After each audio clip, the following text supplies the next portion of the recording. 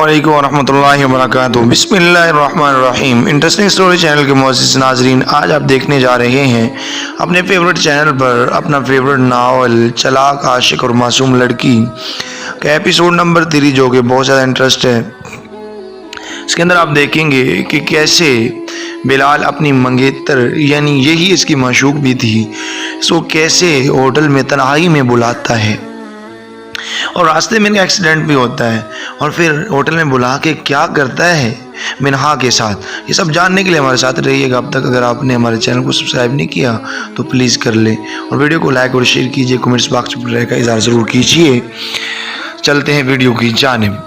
Summer अपनी गाड़ी की डेंटिंग पेंटिंग करवाने के बाद मिनहा को साथ लिए मिनहा के घर के सामने समर ने गाड़ी रोकी तो मिनहा अपनी चादर से सर ढांपे अपना बैग संभाले उतरने लगी। तो समर ने पूछा कि बात की तुमने बिलाल से शादी की? क्या कहता है वो और कितनी देर तुमसे यूं चुपे मरासिम रखेगा? वो कोशिश की थी मगर मालूम नहीं कब तक। मिनहा अपने तसव्वुरात छुपाए गाड़ी से उतरी और दरवाज़ा बंद किया। इसका मतलब ये ड्यूटी कई महीनों तक या शायद कई सालों तक मुहित है। वो तुम्हें यूं ही मजबूरियों की गोलियां देता रहेगा और तुम यूं ही खाकर इंतज़ार के दामन में सोती रहना। तो क्या करूं? इसके पाँव पकड़ लूं कि मुझसे शादी कर ले, मुझे अपना ले, या इसकी अम्मी के सामने चादर पिला दूं कि मुझे अपनी बहू बना ले? नहीं। मिनहा ने समर का तन सुना तो शिद्दत से बोली, मैं बिलाल को नहीं छोड़ सकती समर, मैं अपनी इज्जत नफ्स को कुचल नहीं सकती, मेरी समझ से बाहर है ये सब। मिनहा थक जाओगी तुम, यूं समझ क्यों नहीं रही हो यार? समर ने एक बार फिर समझाते हुए कहा, अभी तो सच में थक गई हूँ मैं, बिल्कुल इस हालत में नहीं कि कुछ समझ सकूं। फिर पहुंचूं तो अगर फिर पहुंचोगी तो एक मैसेज कर देना याद से, तुम्हारी फिक्र रहती है मुझे। मिनहा एक गहरी थकावट भरी सांस लेते दरवाजे की जानिब बढ़ी, जबकि समर यूं ही इसे देखती रही जब तक वो अंदर न चली गई। एक लंबे सफ़र की मुसाफिर हो तुम मिनहा, मंजिल जो अभी तक मालूम नहीं है तुम्हें और थक अभी से गई हो। अल्लाह सब बेहतर करे तुम्हारे हक में, समर तासुफ से बोलती वहाँ से गाड़ी बढ़ाए चलती बनी। मिनहा के अंदर दाखिल होते ही परेशान खड़ी नाज बीबी से मिनहा का सामना हुआ तो कोई सवाल व जवाब का सिलसिला शुरू किए बगैर मिनहा ने जाना मुनासिब समझा। कहाँ रह गई थी?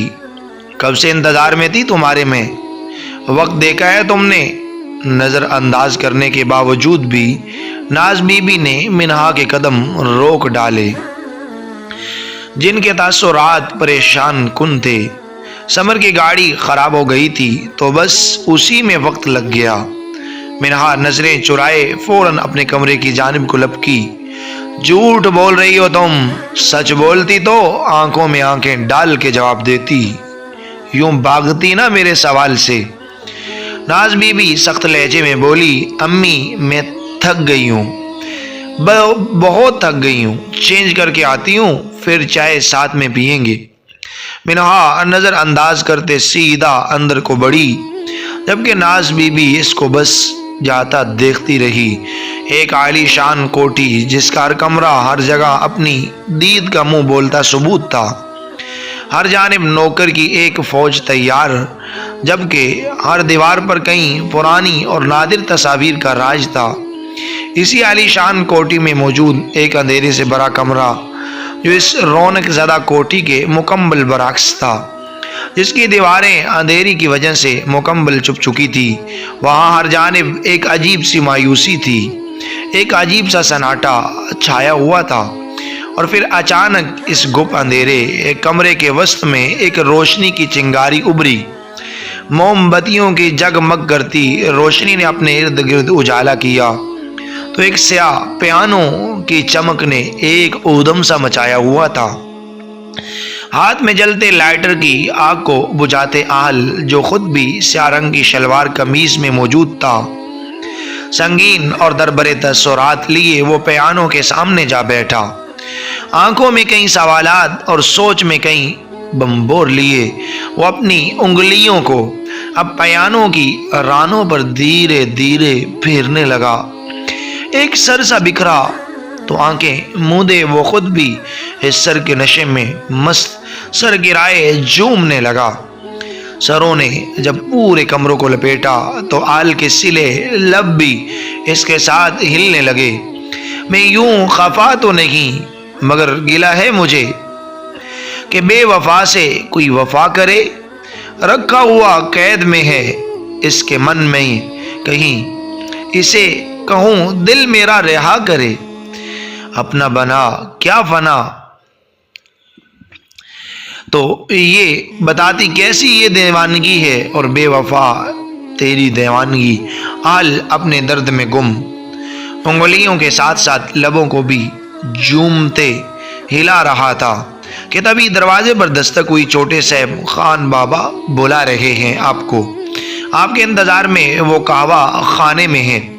बताइए क्या पैगाम दूं इनको मैं आपकी जानिब से। दादा से कहो आ रहा हूँ। अपनी नशिश से उठकर आल ने हाथ में बत्तियों के स्टैंड को उठाया और फिर सामने मौजूद एक दीवार की जानिब अपने कदम बढ़ाए जहाँ जा बजा कई तस्वीरों का राज था और हर तस्वीर में सिर्फ एक ही लड़की छाई हुई थी जिसके मुख्तलिफ पोजेज में तस्वीरें आया थी। आल ऐस्तगी से अपना हाथ सामने लगी तस्वीर पर जमाए मुस्कुराया जिसमें हसीन लड़की बड़ी सी मुस्कुराहट और चमक भरी आंखें लिए खड़ी थी। अभी भी चमक वैसी की वैसी ही है तुम्हारी आंखों में जैसे तब हुआ करती थी, बिल्कुल नहीं बदली तुम। आल रोशनी इसके चेहरे के करीब करते जेरे लब बड़बड़ाया। मालूम नहीं मुझे कि तुमसे शिद्दत से क्या करूं, नफरत के मोहब्बत, मगर एक बात तो मैं अच्छे से जानता हूँ। आल ने तस्वीर दीवार से उतारी और हाथ में पकड़े बड़बड़ाया, तुम किसी भी काबिल नहीं हो, ना मेरी नफरत के और ना ही मोहब्बत के। नफरत अंगेज तस्वीरात लिए हाथ में पकड़ी तस्वीर को आल ने झटके से छोड़ा तो वो जमीन बोस हुई और फिर कांच कई टुकड़ों में बट गया। जख्मी मुस्कुराहट और नम आंख से तस्वीर को टुकड़ों में लिपटे देखा तो सुकून महसूस करते इसी पर से बेदर्दी से कदम बढ़ाए वो आगे को बढ़ा और कमरे से बहर को लपका। वो सीधा कहवा खाने में दाखिल हुआ तो सीधा खान बाबा की जानिब बढ़ा। खान बाबा के हाथ में अपने हाथों में तामे लब इनके हाथों पर जमाए वो मुहज्जब अंदाज में सलाम करते पीछे हुआ और फिर सीधा इनके रूबरू जगह पर तकियों से टेक जमाए बैठ गया। खान बाबा इकाबी नज़रों से घूर रहे थे।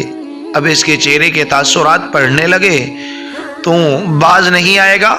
मतलब हमारी किसी बात का तुमको समझ नहीं आता?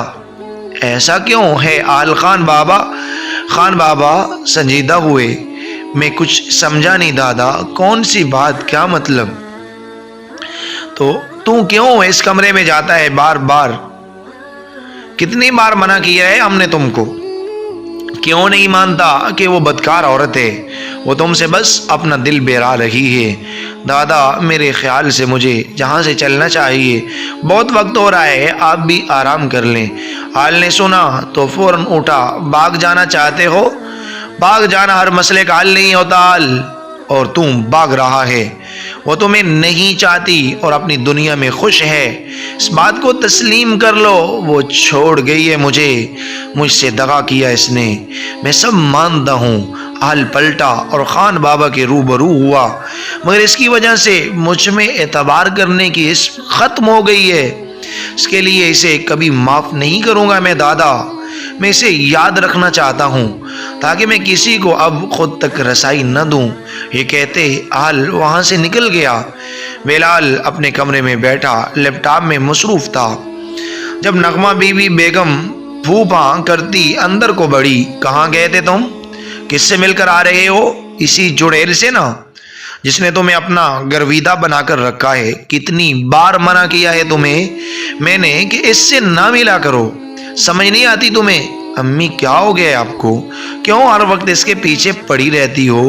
اور کیوں نہ ملوں میں اس سے؟ منگیتر ہے میری وہ، محبت کرتا ہوں میں اس سے۔ میں نہیں مانتی اسے تمہاری منگیتر، اور جلد رشتہ ختم کر دوں گی اس سے تمہارا۔ اس لیے اپنے دماغ سے نکال دو کہ تمہاری شادی ہوگی اس کے ساتھ، کیونکہ میں ایسا ہونے نہیں دوں گی۔ کیوں نہیں ہوگی اس سے شادی میری؟ 1 سال سے میرے نام پر بیٹھی ہے امی، میں اسے اب اتنی دور لا کر چھوڑ نہیں سکتا۔ اب یہ بات سمجھ لیں کہ شادی تو میں اس سے ہی کروں گا، چاہے جو مرضی ہو جائے۔ دیکھتی ہوں میں کیسے ہوتی ہے تیری شادی اس چڑیل سے، میں بھی دیکھتی ہوں کیسے وہ آتی ہے میرے گھر میں، امیر کبیر لڑکی جچتی ہے میرے بیٹے کے ساتھ، بڑی آئی میری بہو بننے والی۔ اور پھر پاؤں پٹکتے وہاں سے چلی گئی۔ منہا چینج کر کے آئی تو چائے بنا کر سیدھا ناز بی بی کے کمرے میں داخل ہوئی، جہاں وہ عشاء کی نماز کی ادائیگی کر رہی تھی۔ منہا نے دیکھا تو خاموشی سے بیڈ پر جا کر برجمان ہو گئی اور موبائل استعمال کرنے لگی۔ ناز بی بی نے سلام پھیرا اور دعا کرنے کو ہاتھ اٹھائے، دعا کرتے ہی اٹھی، جائے نماز طے کی اور پھر دعائیہ کلمات پڑھتے منہا پر پھونک مارنے لگی۔ کتنی دعائیں کرتی ہیں نا آپ میرے لیے امی، اثر کیوں نہیں کرتی مجھ پر؟ پھر منہا سوالیہ نظروں سے دیکھنے لگی۔ ایسا نہیں کہتے منہا، ہر کام کا اپنا ایک وقت ہوتا ہے اور دعا اسی وقت قبول ہوتی ہے جب وہ وقت آپ پہنچتا ہے۔ اس طرح کی باتیں بدگمانی کے پیدا کرتی ہیں اور بدگمانی انسان کو گمراہ کرتی ہے۔ ناز بی بی منہا کے روبرو بیٹھی تو منہا نے چائے ان کی جانب بڑھائی۔ ٹھیک کہہ رہی ہیں آپ، میں تو ٹھیک کہہ رہی ہوں، مگر اب تم بتاؤ بلال کی امی کا کیا ارادہ ہے؟ کیوں وہ تم دونوں کی شادی کی بات نہیں کر رہی؟ اور کتنا عرصہ چاہیے انہیں؟ 1 سال تو گزر چکا ہے اب۔ امی معلوم نہیں مجھے نہیں سمجھ آتی وہ کیا چاہتی ہیں، اور نہ ہی میں بلال کو اس حوالے سے فورس کرتی ہوں۔ تمہارے چاچا آئے تھے آج ایک بار پھر اپنے بیٹے کا رشتہ ڈالنے تمہارے لیے۔ ناز بی بی تعصب سے بولی، بہت مشکل سے بھیجا انہیں، نہ جانے کیا کیا بہانے بنائے میں نے ان کے سامنے۔ چوں نصیر آئے تھے اور اب مجھے بتا رہی ہو؟ منہا کا لہجہ ایک دم سخت ہوا۔ اور ان کی ہمت کیسے ہوئی اپنے اس سان نکٹو بیٹے کے لیے میرا رشتہ لانے کی؟ بلال سے بات کرو، کیونکہ اب میں اور انتظار نہیں کرنے والی۔ اس کی ماں کا رویہ مجھے بہت کچھ پہلے ہی سمجھا چکا ہے، مگر بس بلال کی ضد اور تمہاری خوشی کی وجہ سے میں نے رشتے کی حامی بھی بھر دی۔ ناز بی بی پریشان کن لہجے میں بولی، جبکہ منہا کے پاس کسی بات کا کوئی جواب نہ تھا۔ اور پھر خاموشی سے بنا کوئی جواب دیے وہ اٹھ کھڑی ہوئی اور کمرے سے باہر چلی گئی، جبکہ کوئی جواب نہ پا کر ناز بی بی مزید الجھنوں کا شکار ہو گئی۔ ناظرین، یہ ناول ابھی تک جاری ہے، آگے دیکھیں گے آیا کہ یہ شادی ان کی ہو پائے گی یا نہیں، اور کیا کرے گا بلال، اس کے ارادے کیا ہیں، کیا کرے گا اس معصوم منہا کے ساتھ، اور اس کی ڈین ماں کیا کرے گی ان کے ساتھ۔